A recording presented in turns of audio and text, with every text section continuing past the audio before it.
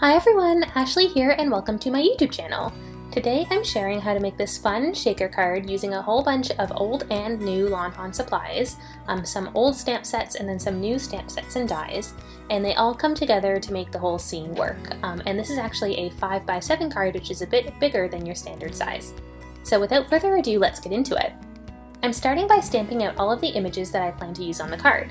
And this is a combination of images from one of Lawn Fawn's older stamp sets, which I believe is called the Critters Ever After, and also from one of their newer stamp sets called All the Clouds. And to see a full list of the stamp sets that I use, check out the description down below the video. After I've stamped out these images, I'm going ahead and coloring them in with my Copic markers. I used a Copic friendly black ink to stamp out these images. I used My Favorite Things Extreme Black Ink, which is my current favorite black ink. Although I have tried a number of different Copic-friendly black inks over the years, this one is the one that I've settled on lately because I find that it really just produces a solid, crisp image every time, and it doesn't smudge with the Copic markers. I do tend to stamp out my images twice, and I use a stamp positioning tool for this. You might have noticed as I was stamping them out, I used my Misty, but people have different types of stamp positioners, and you can use whatever works best for you.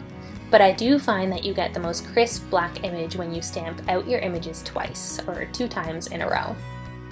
I stamped these onto some Neenah Solar White paper, which is again my favorite paper for stamping out images that I'm going to be coloring in with Copics. I just find that the Copic markers really blend nicely on this paper, and it's just a very bright white, which I also like. I don't like papers that are more of like an ivory. I really like my white papers to be super, super white.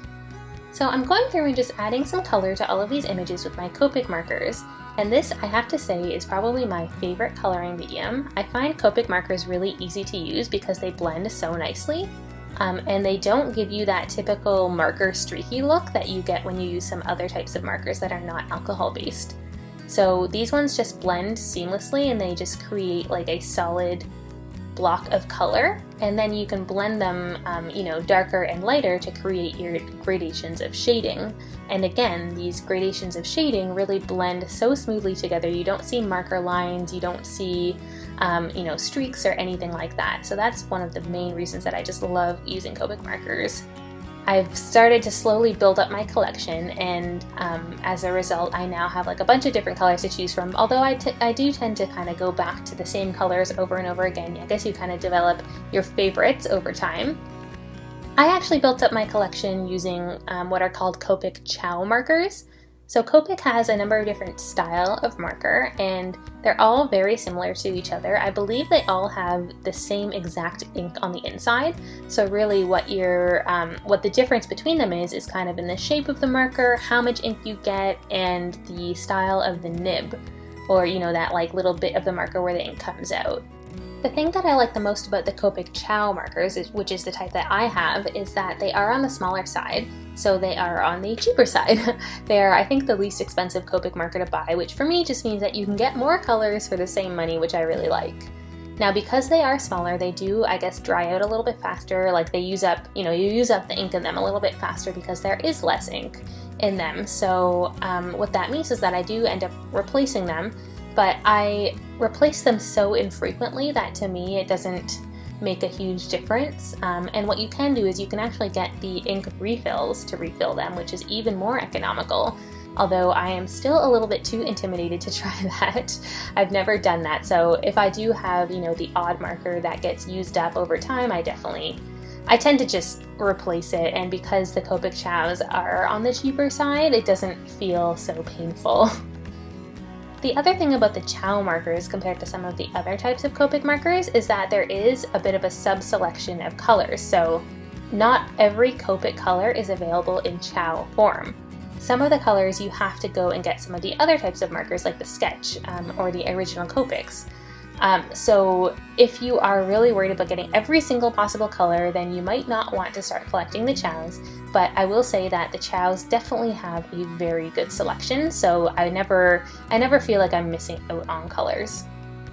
And with that, the coloring part of the video is wrapped up, and I'm moving on to building the rest of the card. And just as a note, if you did want to hear more coloring tips and exactly how I do my Copic coloring and some of the tips and tricks that I use, Check out some of my other videos. I include Copic coloring in a lot of them, and in a lot of those videos I talk about my Copic coloring techniques, which I will continue to do in upcoming videos as well. So now I'm starting to build out the rest of the pieces of the card. You can see off to the left of the screen there, I've already cut out a number of pieces, and one of them was a big white piece with a circle cut out, which I used a cloud stencil and some light blue Distress Oxide ink to blend a cloud pattern. I also blended that cloud pattern in pink onto a plain white piece of cardstock, which is going to go behind the shaker panel. And finally, I blended some green Distress Oxide ink onto a plain rectangle which will act as the grass. So you can see all three of those panels here, and I'm just sprinkling out some liquid stardust, and this is by Fawn. It's just a clear liquid with lots of glitter in it. I took a piece of acetate and glued it to the back of the front of my shaker panel. So that piece that had the blue clouds with the circle cut out is where I put the acetate on the back, and that will be the front of the shaker. So you'll see through that acetate to see into the shaker. Next, I cut a piece of foam that was slightly smaller than the front of that shaker and cut the same circle out of it. Actually, I cut a circle that is slightly bigger.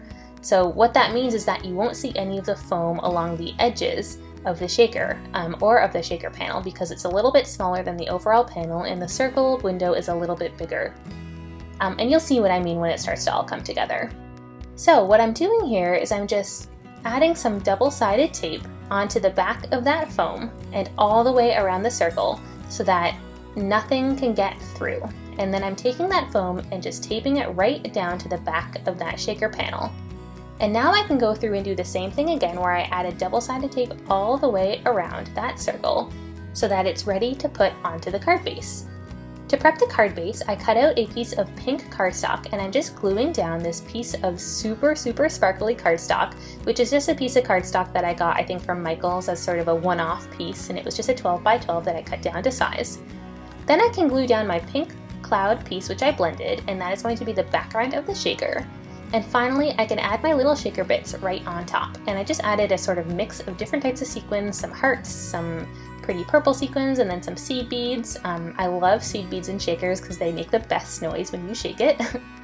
And I'm just kind of pushing them down right into the middle there so that I can take my shaker front and just tape it right down around and really press down to make sure that it's fully taped.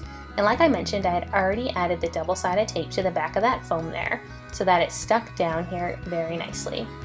And then when you shake the whole thing, you can see that the sequins shake around in their little shaker pouch. And none of them are coming out, thankfully. I have made that mistake before, so this time it was all good.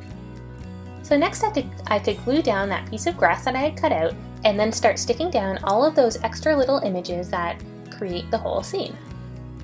Off camera, I went ahead and stamped out the sentiment, "May your dreams come true," on a white banner, and I cut out that die cut wishes word, which is a Fawn die, out of some pink cardstock. Actually, the same pink cardstock I used for the card base, so it all matches. So then I was able to glue those pieces down along with all of the images and the word birthday, which I cut out just around the word. As a final touch, I'm just going in with some Wink of Stella clear glitter brush pen, which I had already put on a lot of the images, so this card is super sparkly with Wink of Stella. And then I'm coming in and adding a layer of glossy accents over the word die cut. And when this dries, this just makes the whole word very sparkly and very shiny and glossy, and it almost gives it like a 3D effect, which is really nice in person. And I just spilled a little bit, so I'm using my little poker tool to kind of clean it up there. I'm also adding some glossy accents to the clouds, which kind of gives them the same effect and makes them really nice and glossy and shiny. And all of these images I had just stuck down with some glue so that they are all just flat against the card because I figured the card had enough going on. It didn't really need any extra added dimension with the images. As a final embellishment, I'm just going in with some sequins, gluing them down around the word wishes. And there you have it, the card is now complete.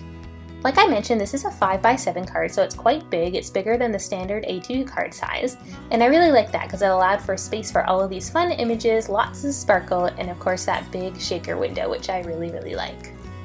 So thank you so much for watching. I hope you enjoyed the video and learned a little bit about how to make a shaker card. If you'd like to see more of my videos, definitely feel free to subscribe to the channel. I upload quite regularly. And to see more of my cards, head over to my Instagram account, which is linked down in the description box below. Thanks so much for watching, and I'll see you next time. Bye!